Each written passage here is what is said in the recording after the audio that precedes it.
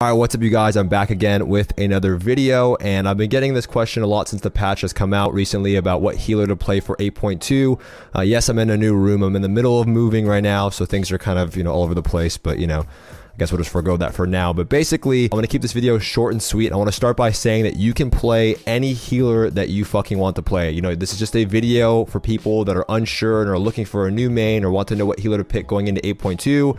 But any healer is fine to play. Play what you want. Don't get upset that I'm making this video. It's just for those players who are looking for a little bit of advice. So that's what this video is all about. So with that being said, we're going to hop into it. If you haven't seen, there's been a lot of class changes going on over the past couple of days, and I expect more coming into the start of season 3 for 8.2. Right now is a great time to make a new class or pick up a new healer because of the new zones. It's really easy to get geared. There's a lot of new content coming out with the dungeon and the raid, and that dungeon's a mythic 0 at 415 base eye level. So right when you hop in that dungeon, all the loot from there is 415, so it's an easy way to catch up these new healers that you might pick up.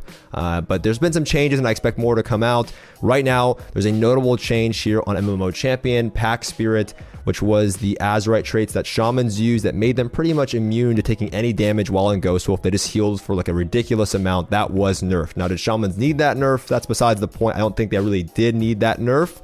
But that trait was absolutely ridiculous and it needed to get taken care of. But I would like shamans to receive some kind of subsequent buff following this because it's not really fair. But with that being said, shamans were already on the top of the list for me. They were always kind of like that mid-tier healer, not that effective. So with this change, I expect shamans just to be a little bit weaker than they were. So there's no way I can recommend shaman at this current point in the expansion or in 8.2. Doesn't mean you can't play one, but I wouldn't recommend it. Moving on to the Mistweaver Monk. Mistweaver Monk hadn't really seen too many changes. There is a new essence that's coming out for all classes called Conflict and Strife. I might put an image here on the screen. Conflict and Strife allows you to unlock an extra honor talent everywhere you go in the game. It basically becomes a baseline ability. Now, with that being said, Mistweaver Monks get Way of the Crane. Now, unfortunately, there is a stealth nerf, I'm being told, and I definitely noticed this the other day. Nothing has changed in the text. Way of the Crane works the exact same. It increases your physical damage by 25%, and you become immune to all snare and root effects. But the healing bonus, healing all allies within the 3 nearest allies, for 150% of the damage you deal during that 15 seconds. It says 150%, but over the past couple months, people have been saying that Way of the Crane is kind of bugged, or the text is wrong, the tooltip is wrong, and it's healing for more than that.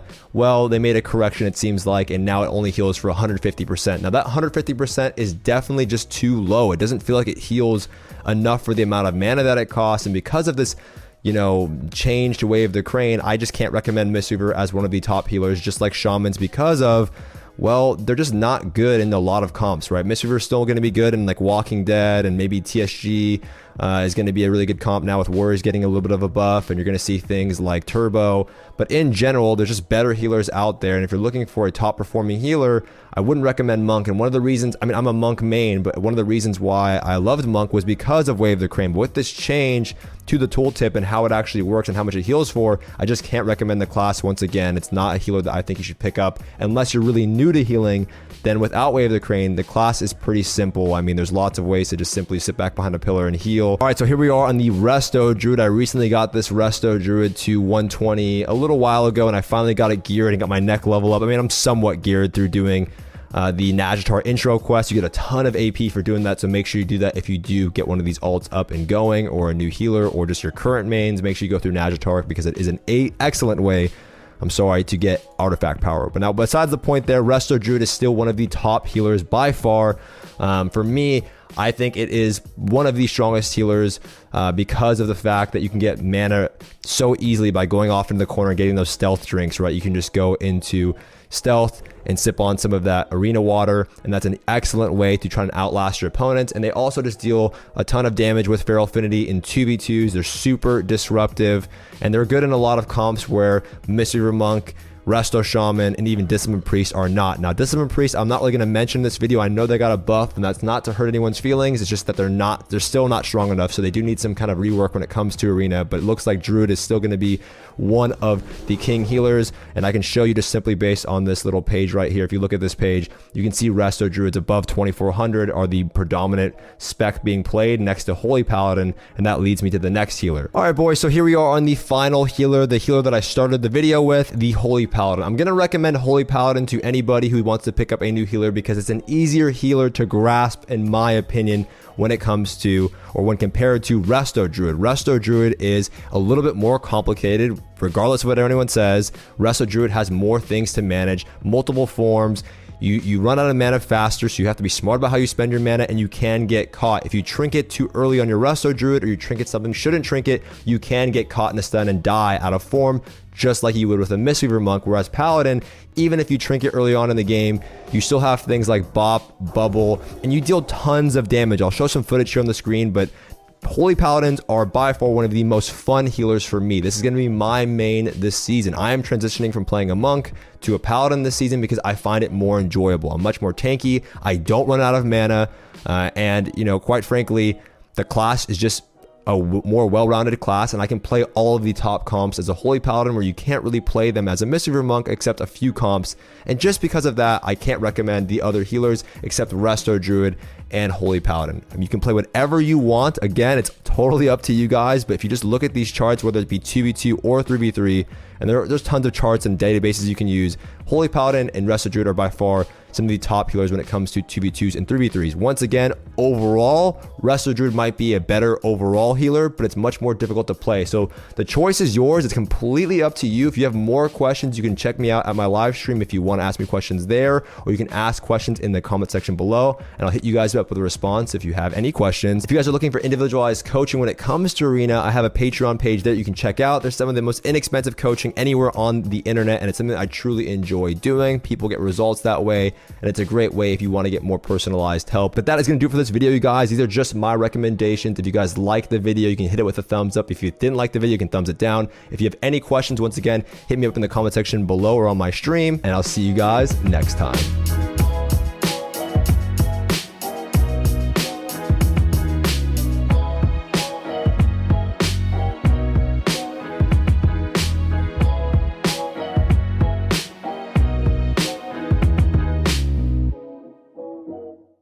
What's up, everybody? I'm back again with another video, and today I have an interesting video for a lot of you out there. Many of you have been following me for modern versions of World of Warcraft PvP, retail versions of World of Warcraft Arena, but Classic is quickly approaching, and I know there's a lot of people out there that are interested in dabbling inside of Classic, and specifically for this channel, PvP. In today's video, I'm going to be breaking down everything into about 5 tips or 5 differences between retail PvP, retail modern versions of PvP, World of Warcraft PvP, when compared to Classic PvP, for those of you who do not remember, or this is your first time dabbling in Vanilla WoW and you want to know the differences, the changes. Well, they're not changes, but you get what I'm saying, the disparities, or yeah. That's a bug, no, unless, I don't know, that's, hey bro, like, you're good, Stoops, man.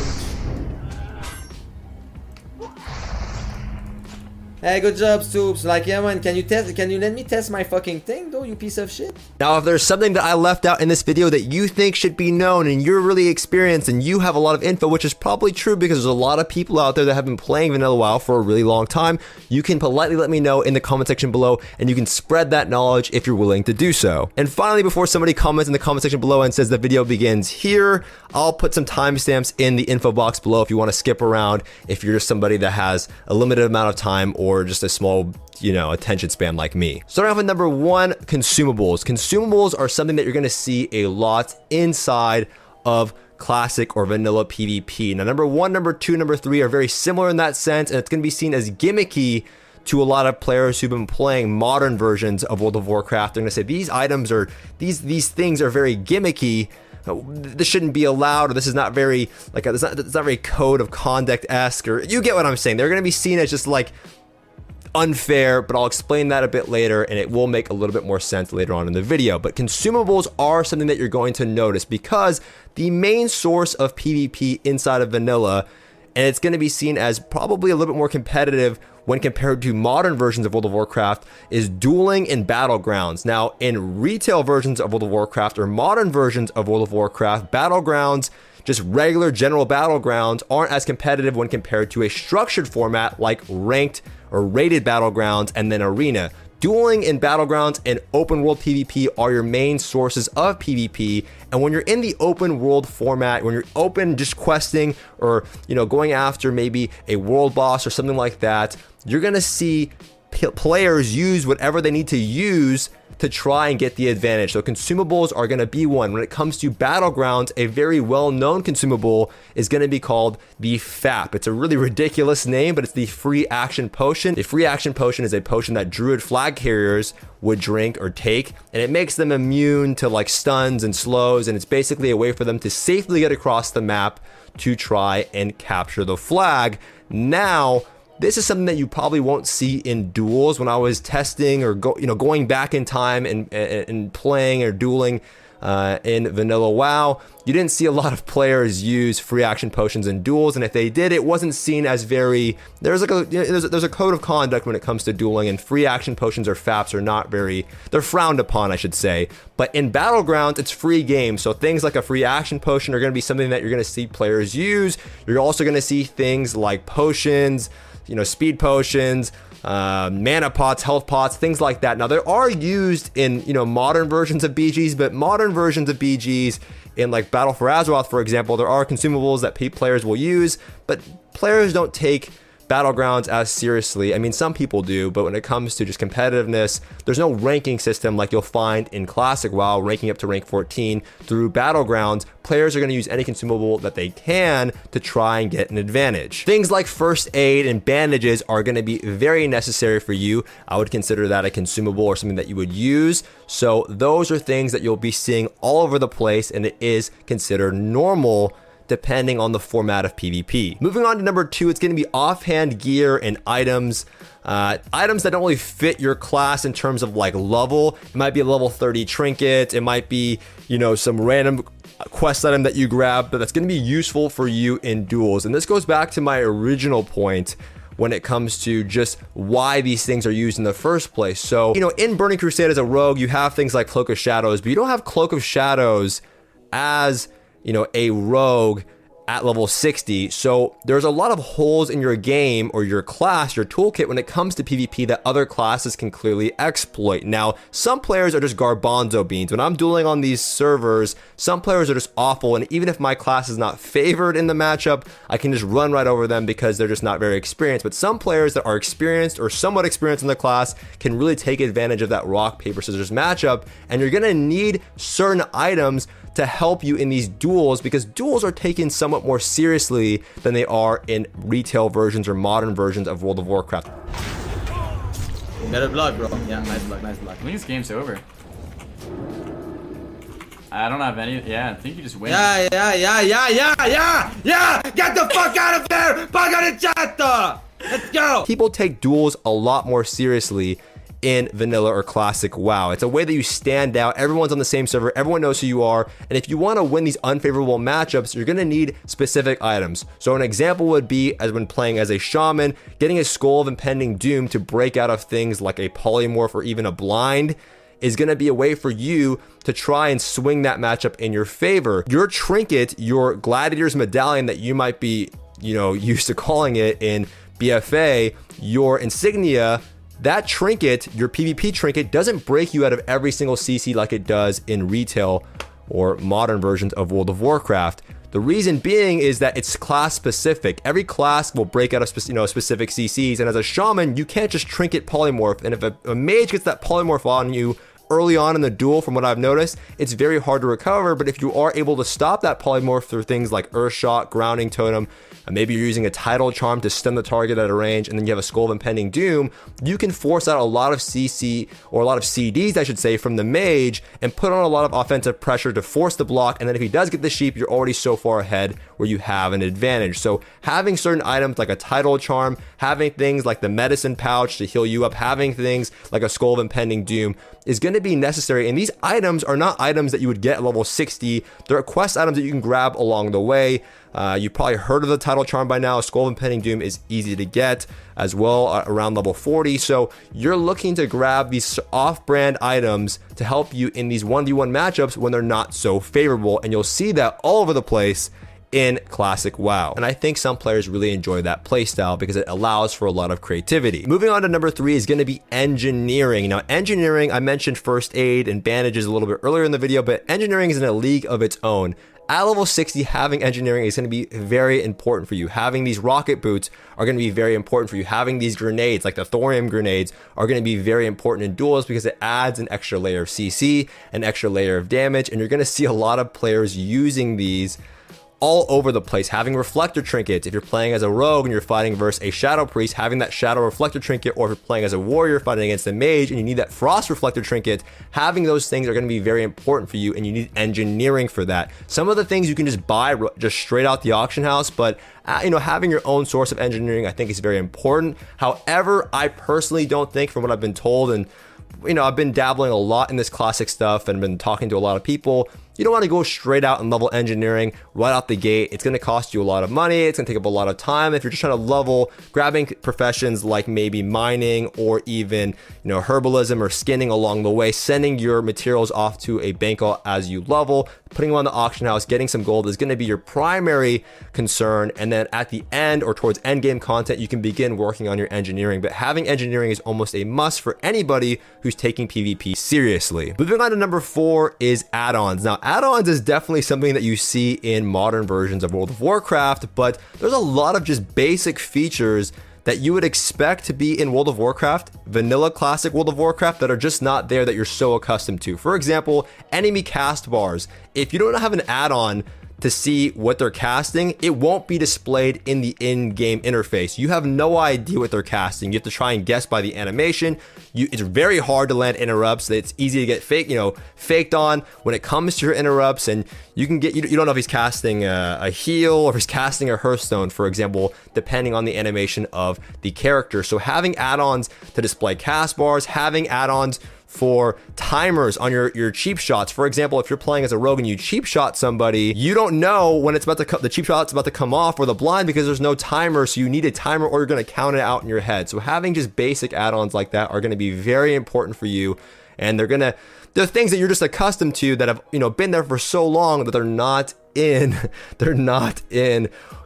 classic or vanilla WoW. But there's tons of add-ons out there for you to already install. A great resource is willitclassic.com, and that will have a bunch of add-ons that you're used to having, and it will let you know if you can download them, and there'll be a direct download link there. I'm sure Twitch will enter, the Twitch add-on installer or curse client, maybe as you know it, will be there at some point for classic WoW. And on top of that, Swifty, shout out to Swifty. I'll put his stream somewhere here on the screen. I'm sure you don't even need to know that. Swifty is, but Swifty has an amazing add-on link on his page where he has a giant Google Doc where it has tons of add-on links that you would probably want to have, or things that you would think would be implemented in the game and they're not. And I'll put a link to that as well in the info box below so you can get started ahead of time. Now, there's a lot of things that I could have mentioned in this video, but number 5 is going to be my last one because people love 5 things. I don't know, it's a psychology thing, I guess, but number 5 is going to be mana. Mana is something that you will notice immediately, and you'll notice it as you're leveling, and you'll really notice it in PvP. If you thought mana sucked in Battle for Azeroth when it comes to demon hunters and just going as a healer, mana is something that you're going to notice right away. But I think it does, personally, as somebody who's been switching between games and playing both types of versions of WoW, I really do think that mana, the way it's done in Burning Crusade and in Classic WoW or Vanilla WoW, is done pretty well. You will very fast. Mana is a resource to you. Mana is very important to you. So having different ranks of spells as a class like a mage or a warlock or a shadow priest or just a shaman, mana is just so weird now in modern versions of WoW, where mana for every class is so important, despite being a healer or a DPS, that you have to monitor this, and it's something that you're gonna notice, and it will hold you back in PvP if you don't know how to manage it well. Now, a quick little bonus one that I'm just gonna add in there. It's like a little just cherry on top. I guess I said 5, but it's 6. I don't know, whatever. Gold. Okay, the last thing I'm gonna talk about is gold in this video. Now, how is gold relative? Well, gold is very important. I'm sure you know this. The little boy Peo, of course, he loves gold. He's like a little cobalt farmer. He loves the gold.